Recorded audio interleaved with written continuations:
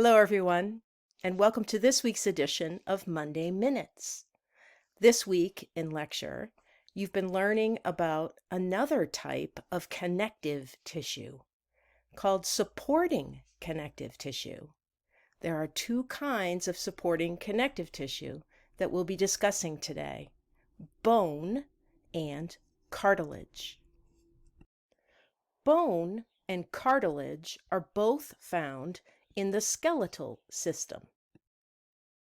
The skeletal system also contains tendons, ligaments, and joints. This week, we're only talking about bones and cartilage. Next week, we'll discuss the rest of the skeletal system. One of the most important things to remember about bone is that it is a dynamic organ. It is the primary organ of the skeletal system, and it constantly changes throughout the life of the individual. What that means is that bone is not static. Sometimes it's easy for us to think about bone as growing in childhood and then stopping and just remaining as a static tissue throughout the rest of the life of the adult. Instead, what happens in bone is a constant remodeling.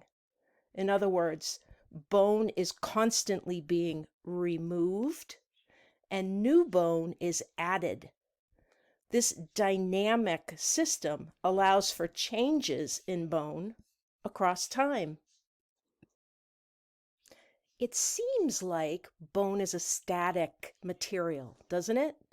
It seems like it grows and develops when we're children, but then once we reach adulthood, our bones just stop and just exist through the rest of our lifetimes. It feels like bone is a static material, but nothing could be further from the truth. As we live our lives, our bones are constantly being remodeled. Old bone is removed and new bone is added throughout our lifetimes. This dynamic cycling of bone allows for bone to change character throughout our lifetimes. Remember, there are two types of bone in our bodies. Most of our bones are made out of compact bone. The remaining 20% is made out of spongy bone. Now, there's a lot of terminology for us to learn with regards to bones, and it begins with these two types of bone. Compact bone is also called cortical bone. So those two terms mean the same thing. They refer to the kind of bone that is smooth and solid. Spongy bone is also called cancellous or trabecular bone. Spongy, cancellous, and trabecular all refer to the same kind of bone. You find spongy bone within compact bone. Spongy bone, like the name suggests, is quite porous. Cartilage also has two forms or types: hyaline cartilage and fibrocartilage. Now, there are some structural differences between these two types of cartilage, but there are also functional differences. Hyaline cartilage, for example, is the very first template of the skeleton inside of a developing fetus. Hyaline cartilage can also be found where the ribs connect to the sternum. And finally, it's hyaline cartilage that covers the ends of some of our bones and helps form joints. This type of hyaline cartilage is called articular cartilage. Fibrocartilage is different. Fibrocartilage is a stronger material and so provides weight-bearing ability to certain parts of our skeleton. It's fibrocartilage that forms the intervertebral discs that run up and down our vertebral column.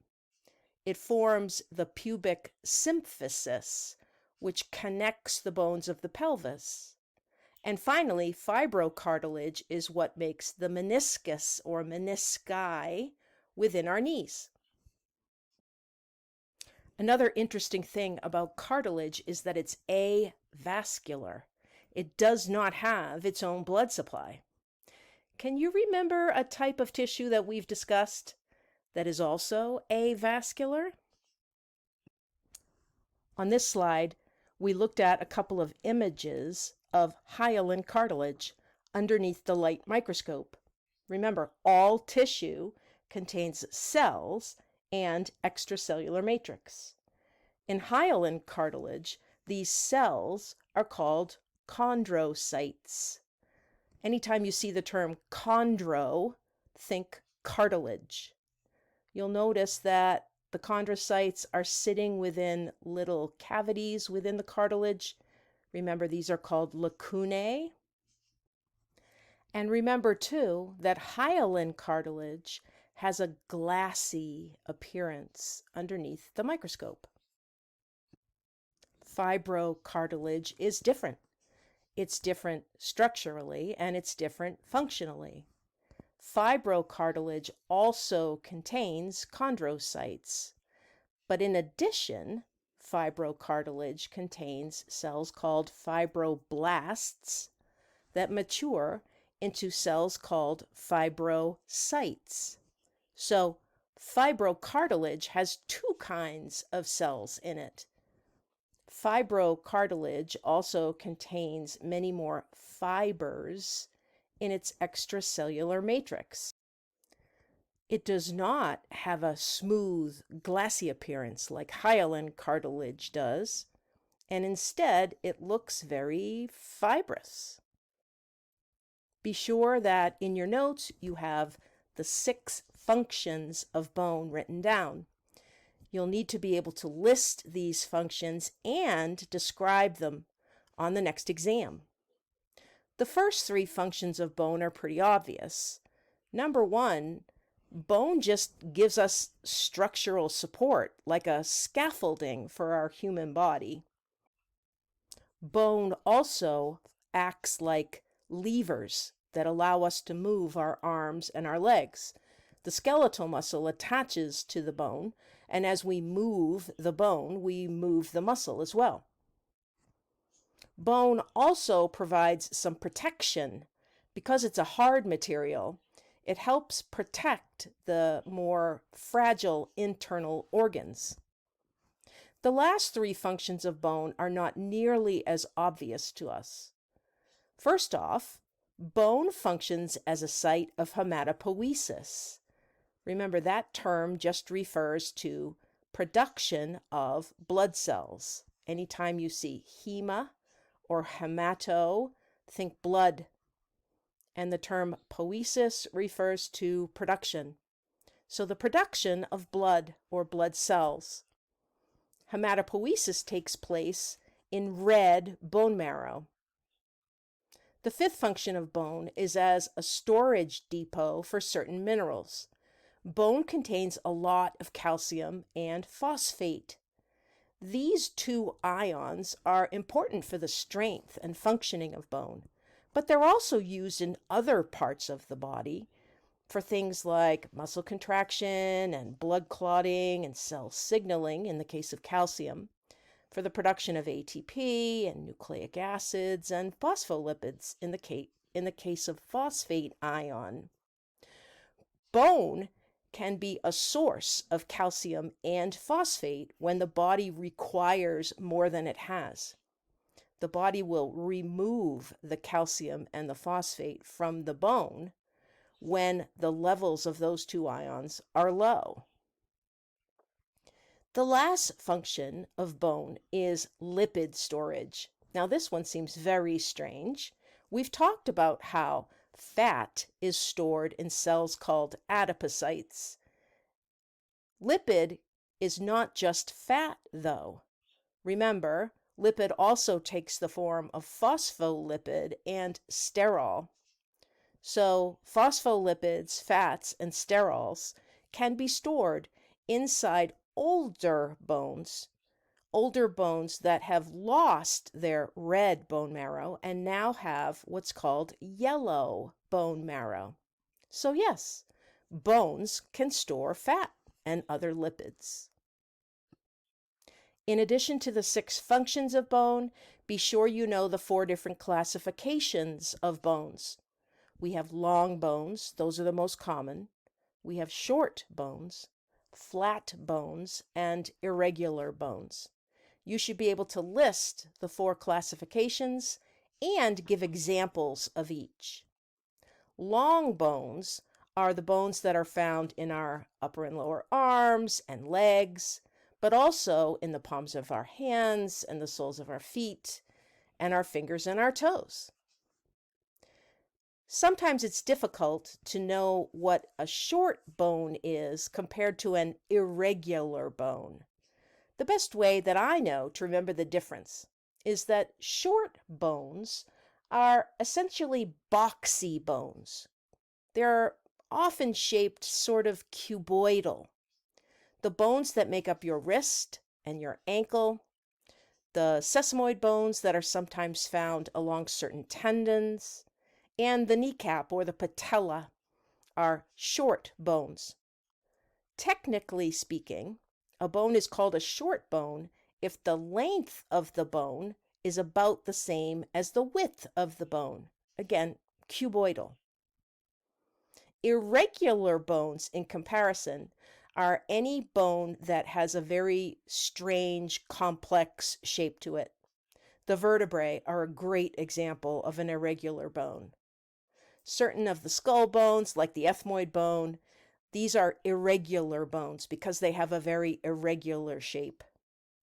The last type of classification of bone is the flat bone. I think it's fairly obvious which bones are considered flat. These are flat and thin. They include things like the cranium on the skull, the shoulder blades or scapula, the sternum, and the ribs. In addition to being the most common classification of bone, the long bones also have distinct anatomy all their own. When we examine the length of a long bone, we can describe different regions within the bone. Remember, the center shaft of the bone is called the diaphysis. At the ends of each shaft, we find the metaphysis.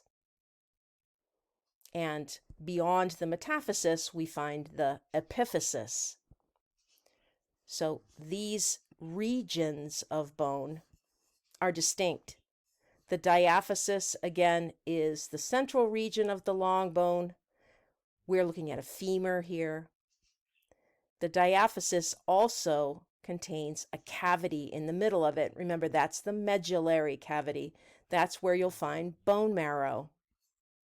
Above the diaphysis on both ends, you find metaphysis here and here. And beyond the metaphysis, we find epiphysis at the very ends of the bone. Now, there is a structure that separates the metaphysis from the epiphysis, and that's referred to as the epiphyseal plate when we're young and still growing, and the epiphyseal line when we're fully formed adults. Bone has covering over it. The external covering, what covers the surface of the bone, is called periosteum. And what lines the internal medullary cavity of the long bones is called endosteum. Endo refers to within or in. So endosteum is found inside of the bone, specifically lining the medullary cavity. Periosteum is different.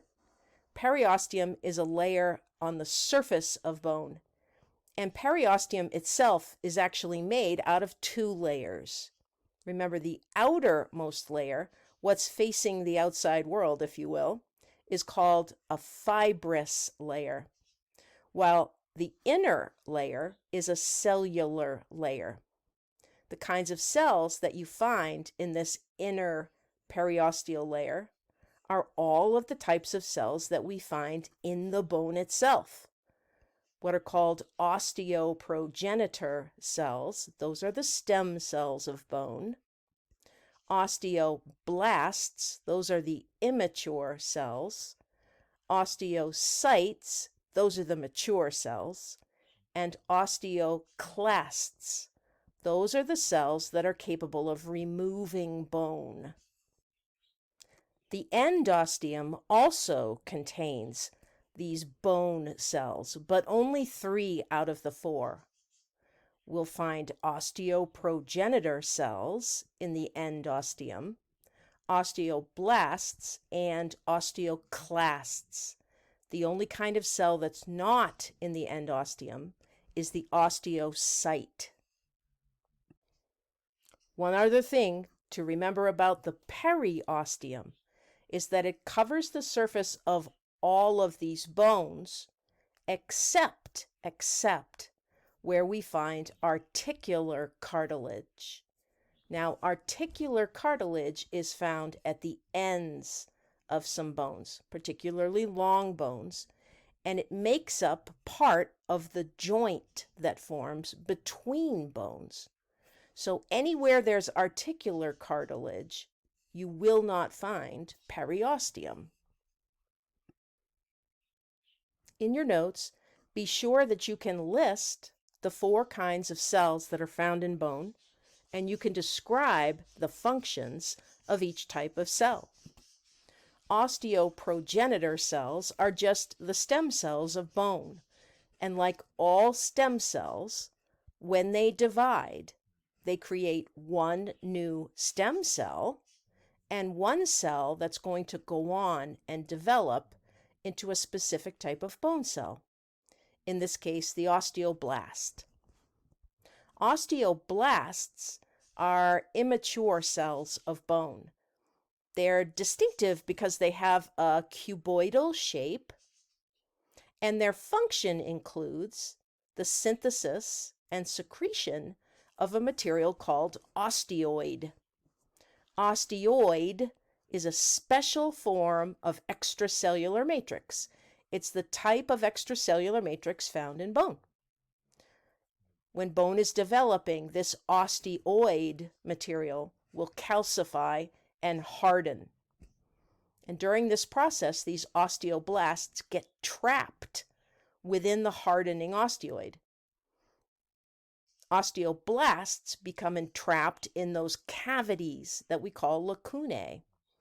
And what will happen then is the osteoblast will continue to mature and become an osteocyte. So osteocytes are simply the mature cells of bone. They develop projections along their membrane, sort of like the dendritic cells we talked about when we were discussing the skin. The job of the osteocyte is to detect mechanical stresses that are being applied to the bone and then signal the osteoblasts to make more extracellular matrix, more osteoid. The osteocytes then are essentially maintaining the integrity of the matrix of bone, the osteoid. The last cell type is the osteoclast. These two have a very distinct look to them. These are large cells, and they have multiple nuclei within them. They also have a sort of ruffled edge to them. These are phagocytic cells, so they can surround and consume material. And what they're going to surround and consume is bits of bone that are then going to be resorbed. The way osteoclasts resorb bone is by releasing enzymes. And these enzymes are proteolytic. They're capable of breaking down proteins within the bone material. Osteoclasts get these proteolytic enzymes from an organelle. The organelle, the lysosome. Remember, lysosomes are capable of digesting virtually any kind of biological material. They break it apart and then they recycle it. In this case, the lysosomes digest away collagen fibers and the proteoglycan that's found in osteoid. These are enzymes that are acidic in their pH. They're also capable of dissolving away the hydroxyapatite material that hardens bone. When this happens, when osteoclasts release these acidic proteolytic enzymes into the surrounding bone, it dissolves away the material, and you end up with calcium and phosphate being released into the blood. Remember, calcium and phosphate can be used in other parts of the body. Remember, bone is a very dynamic material. It is constantly cycling between new bone being made and old bone being removed. One of the things that can be a little bit dangerous about this dynamic process involves these calcium and phosphate ions. When blood calcium levels drop, what will happen is the bone will be used as a source of calcium and phosphate, but it's calcium levels in the blood that will initiate an increase in the activity of osteoclasts. In other words, if the rest of the body requires more calcium in the blood, then that calcium is going to come from the bone. The osteoclasts will increase in activity, so the amount of bone being broken down will be greater than the amount of bone being made by the osteoblasts. The body will continue to do this until calcium levels in the blood are stabilized.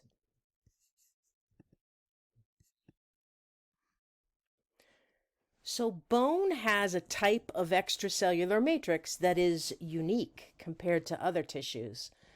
Bone has an extracellular matrix that gets its own name. It's called osteoid. It's the extracellular matrix that distinguishes bone from cartilage. Remember, both bone and cartilage are called supporting connective tissues.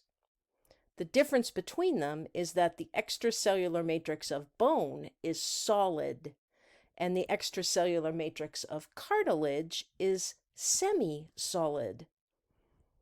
Let's take a minute and review what this osteoid material really is and why it's so hard.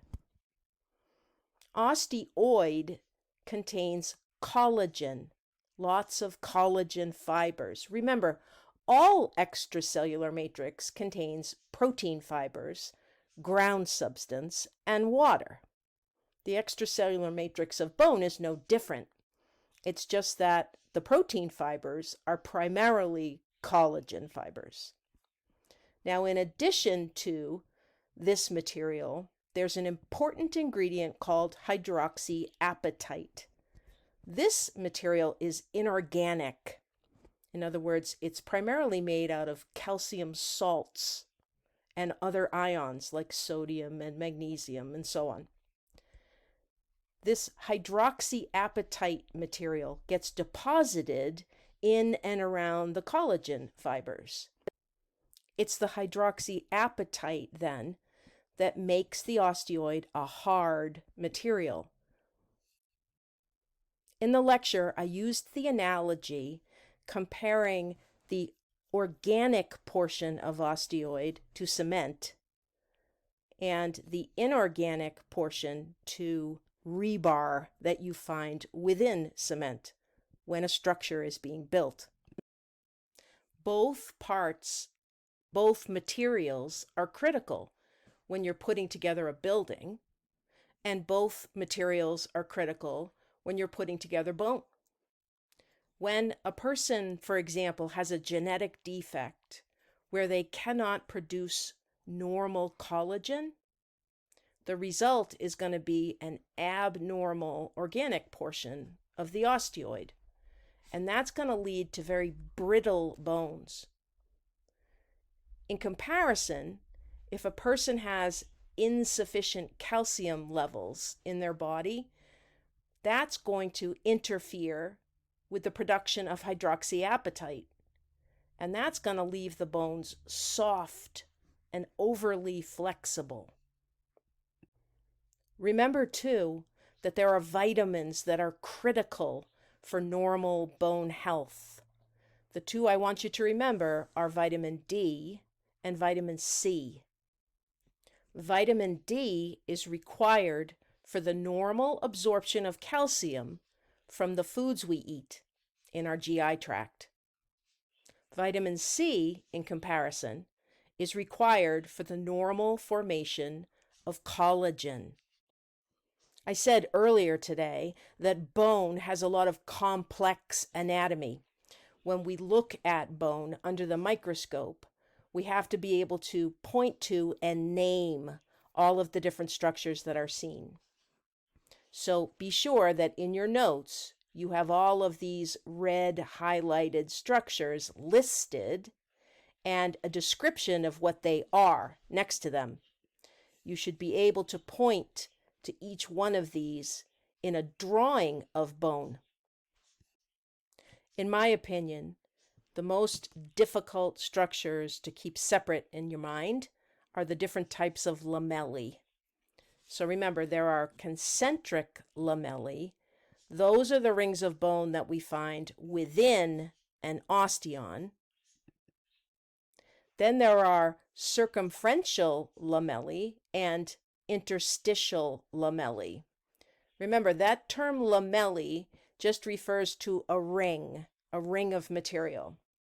So for circumferential lamellae, these are the layers that surround the entire circumference of the bone.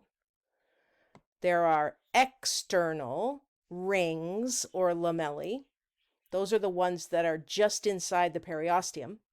And there are internal circumferential lamellae that are just inside of the endosteum. Finally, there are what are called interstitial lamellae.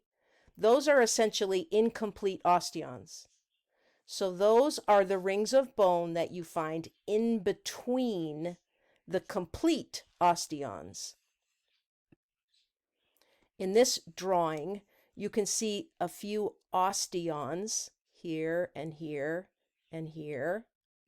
Remember, the lamellae, or the rings of bone inside an osteon, are called concentric lamellae. You can see there are also some rings of bone in between the osteons. That's the interstitial lamellae. Then we also see rings or lamellae that circle the entirety of the bone. So some of those will be underneath the periosteum, and some will be underneath the endosteum. Out here, they're referred to as outer circumferential lamellae, and in here, they're referred to as inner circumferential lamellae.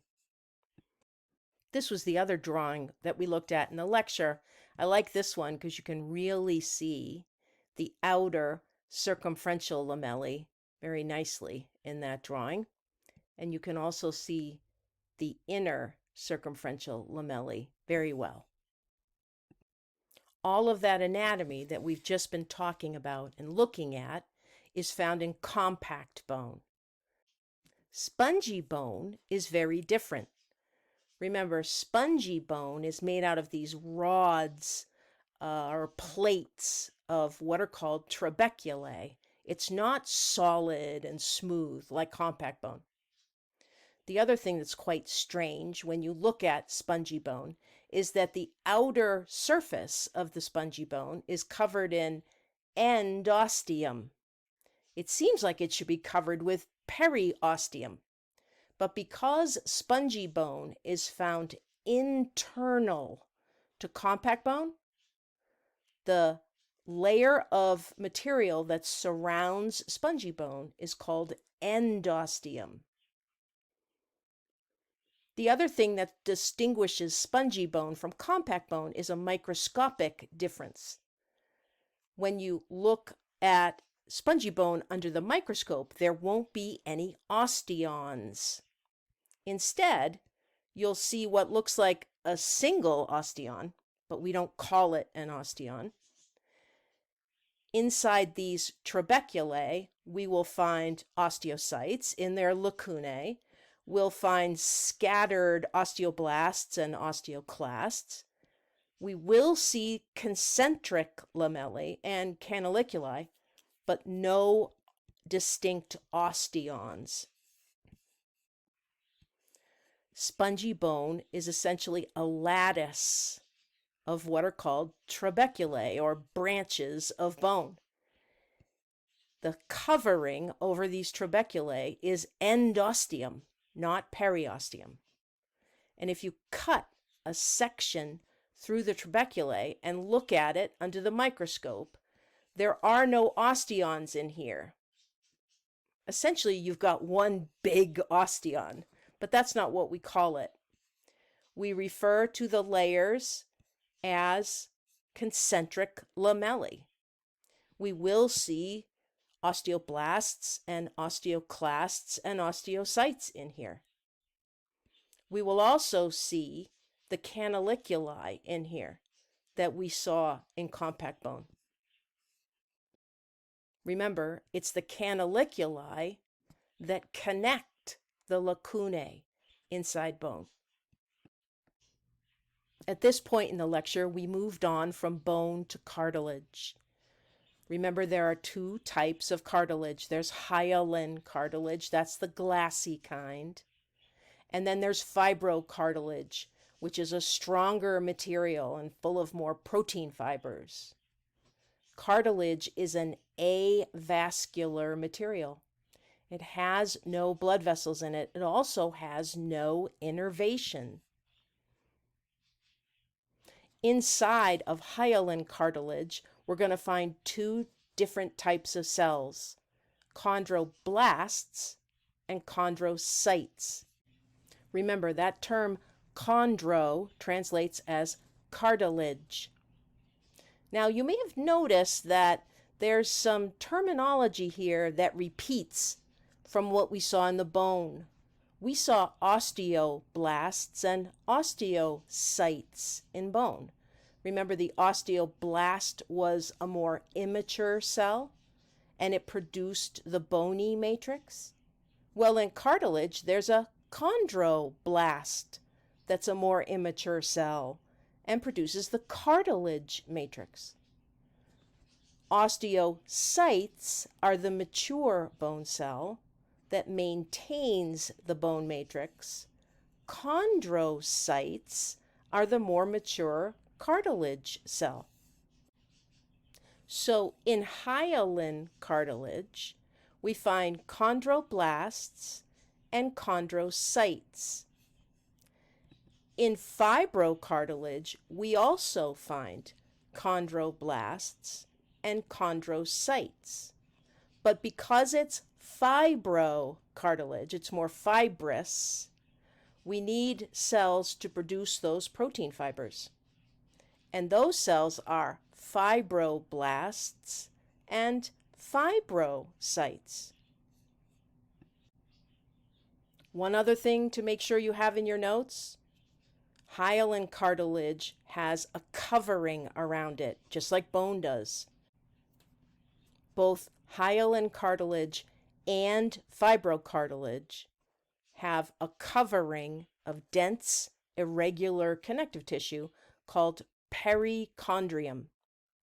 Similar to the periosteum, the one place you won't find perichondrium is where there is articular cartilage on the ends of bones.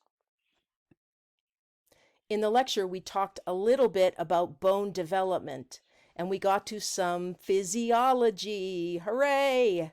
Remember, bones develop using two pathways. One is called intramembranous ossification, and one is called endochondral ossification. you need to know the steps in both of these pathways.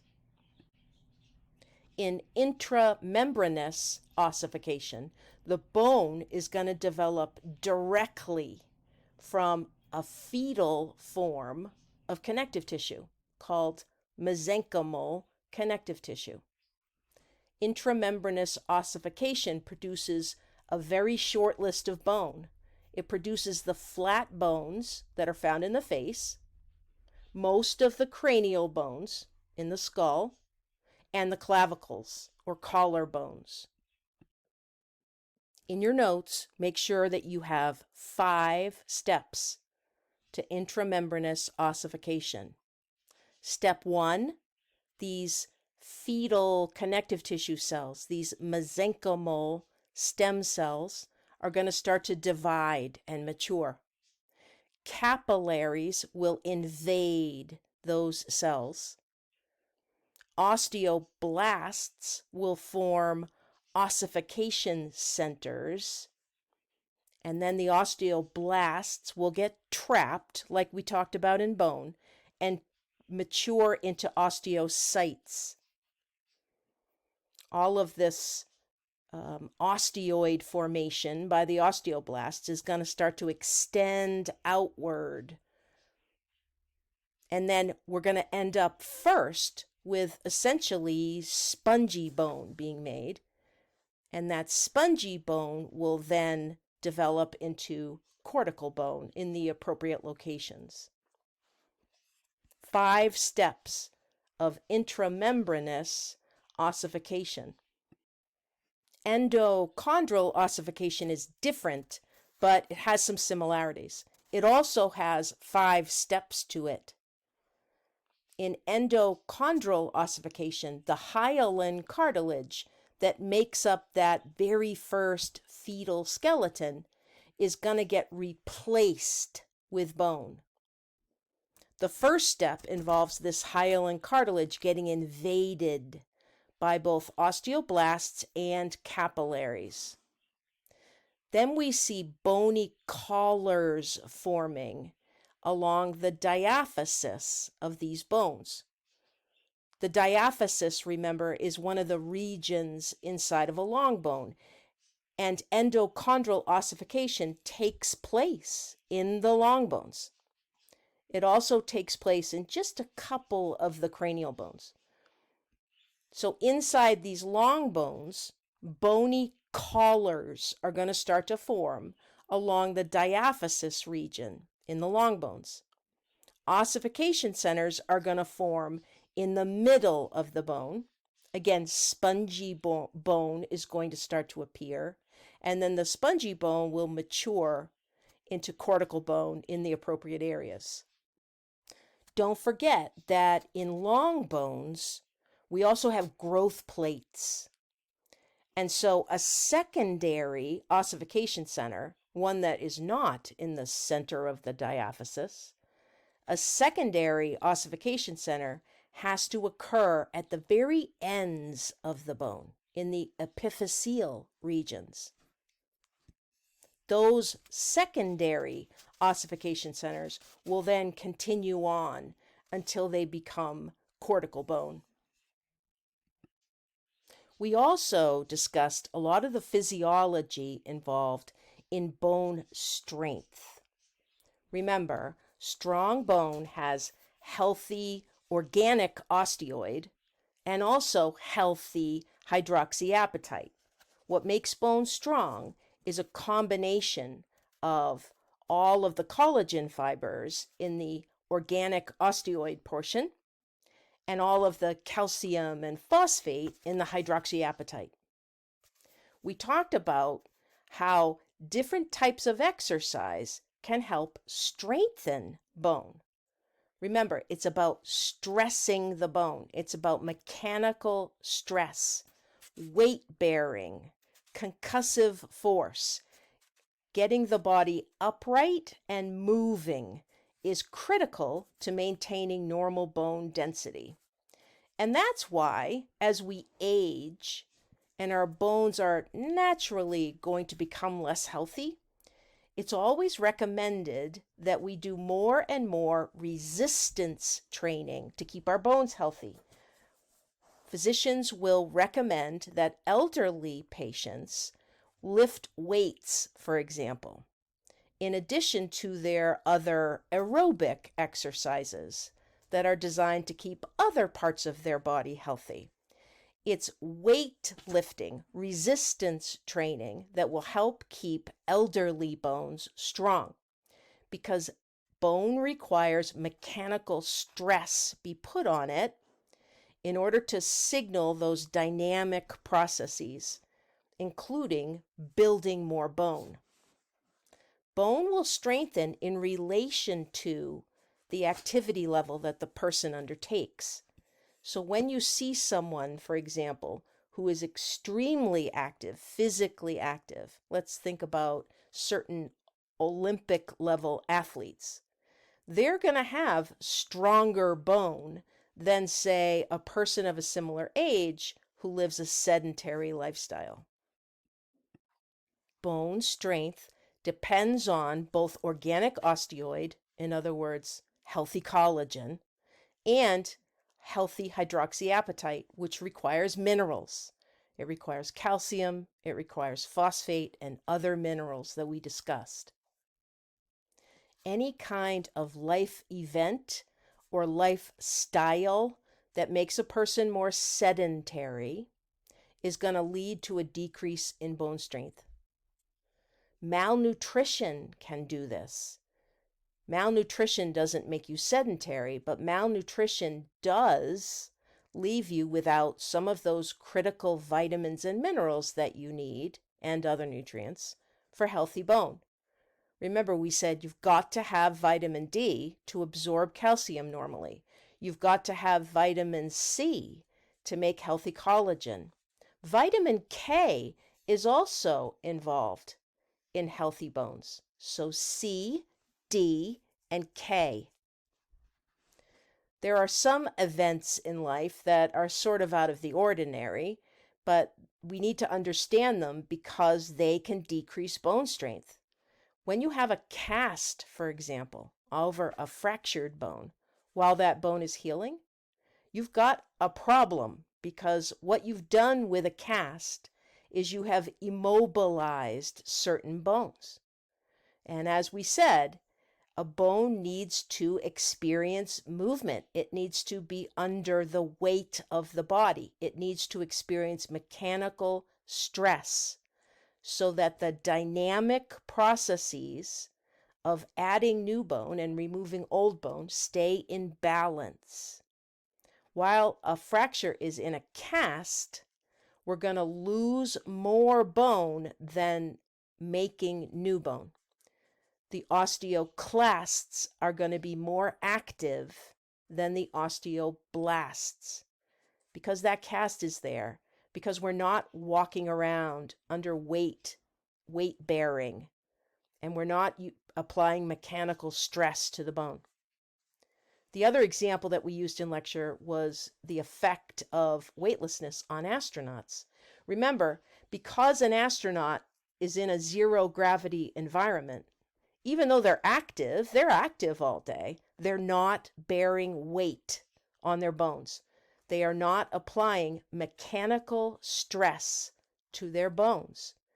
And so the dynamic processes of removing old bone and adding new bone get out of balance.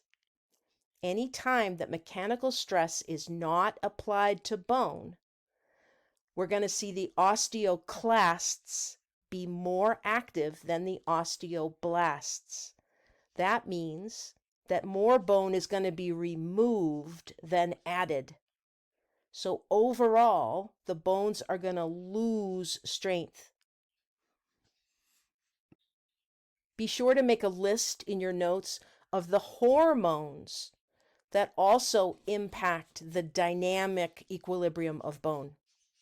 Growth hormone, thyroid hormone, the sex hormones, and the 3 hormones that regulate calcium levels: calcitriol, parathyroid hormone, and calcitonin. The next part of the lecture discussed another physiological process, which was bone fracture and repair. We started off just by discussing the different types of fracture. Be sure that you can explain the difference between, say, a simple fracture and a comminuted fracture, or a stress fracture versus a pathological fracture. Be sure that you can explain the difference between those types of fractures. We also discussed characterization of fractures, and we went through this list of terms that describe different types of fractures: displaced fractures, green stick fractures, oblique, spiral. For the exam, if you're shown the name of the characterization of the fracture, be sure you can explain what it means. So, for example, if you were asked to explain what a displaced fracture is, you would tell me that the ends of the bone on either side of the fracture were misaligned. A green stick fracture is simply a fracture that we see in young people where only one side of the bone fractures. The other side of the bone, the cortical bone, remains intact.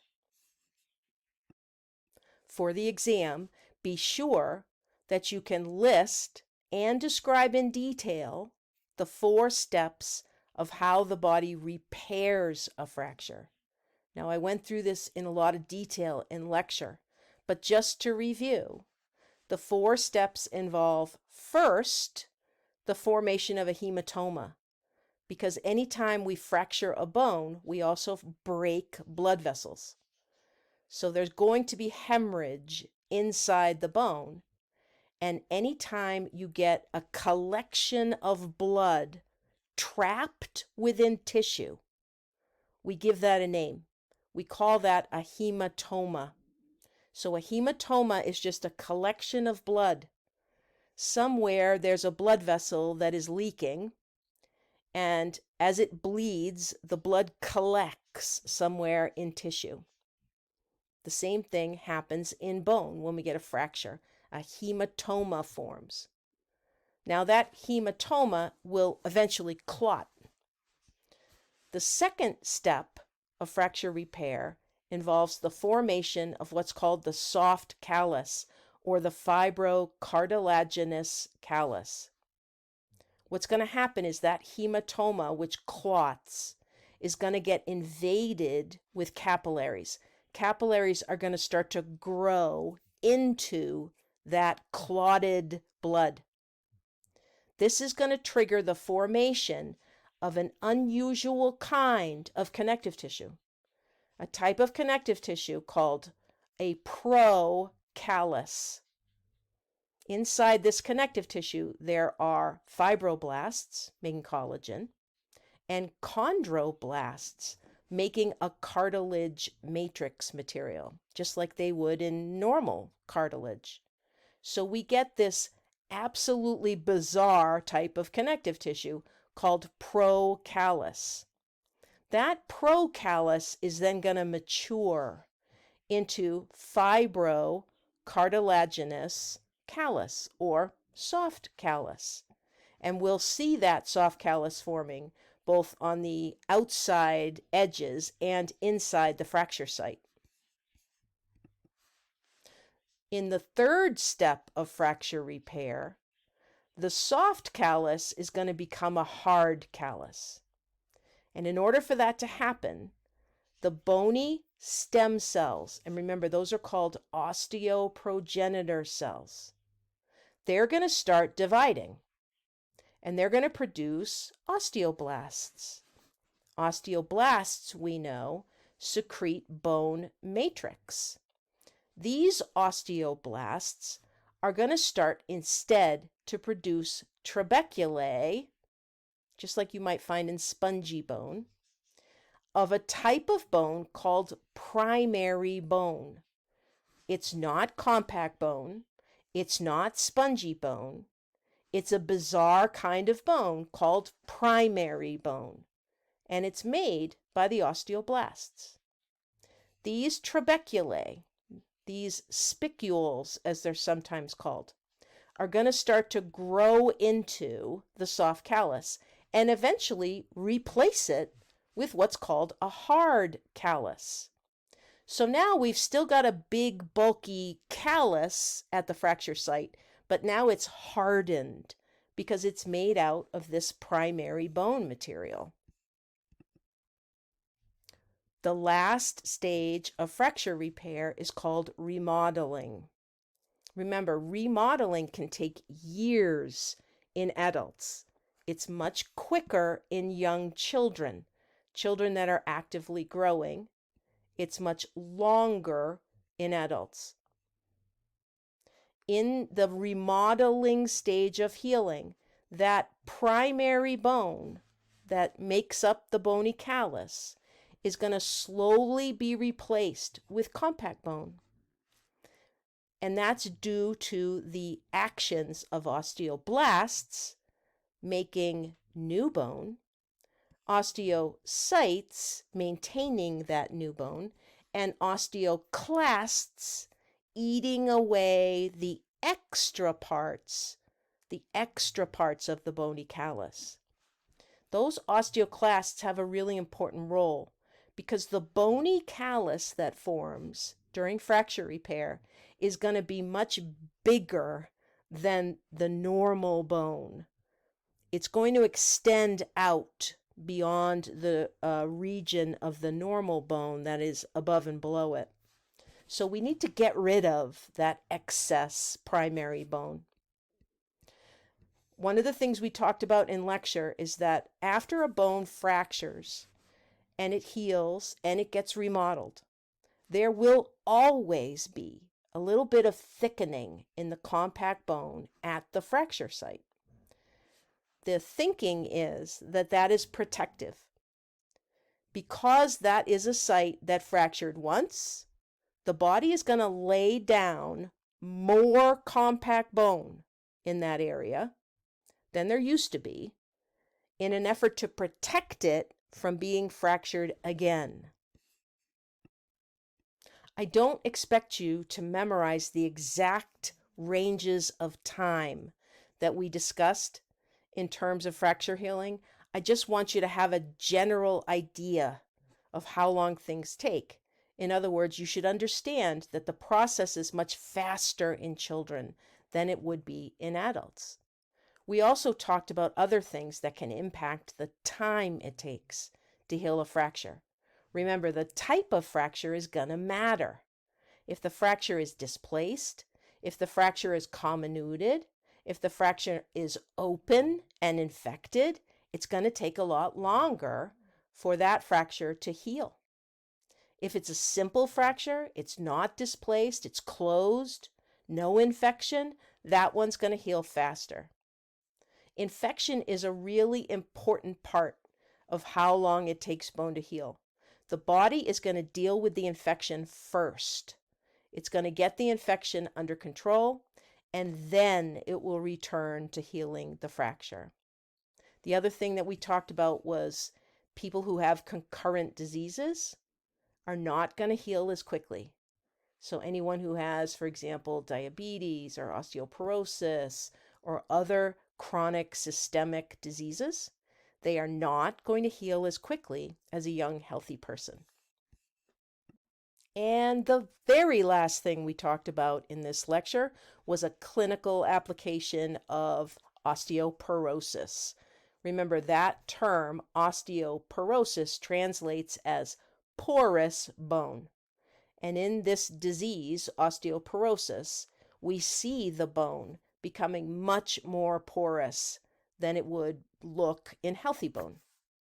What causes osteoporosis is an imbalance in the dynamic equilibrium between bone resorption and bone formation. We end up with bone resorption occurring more than new bone formation. So the osteoclasts are more active than the osteoblasts. You lose more bone than you make. Remember, you should be able to describe what osteoporosis is. You should also be able to list the risk factors for osteoporosis. Remember, it hits females more than males, and it is largely an age-associated disease.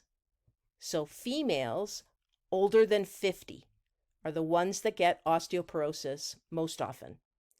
Women over the age of 50 tend to be in menopause. That means they are no longer having a menstrual cycle each month, and that means that their estrogen levels are much lower than in a woman who is menstruating.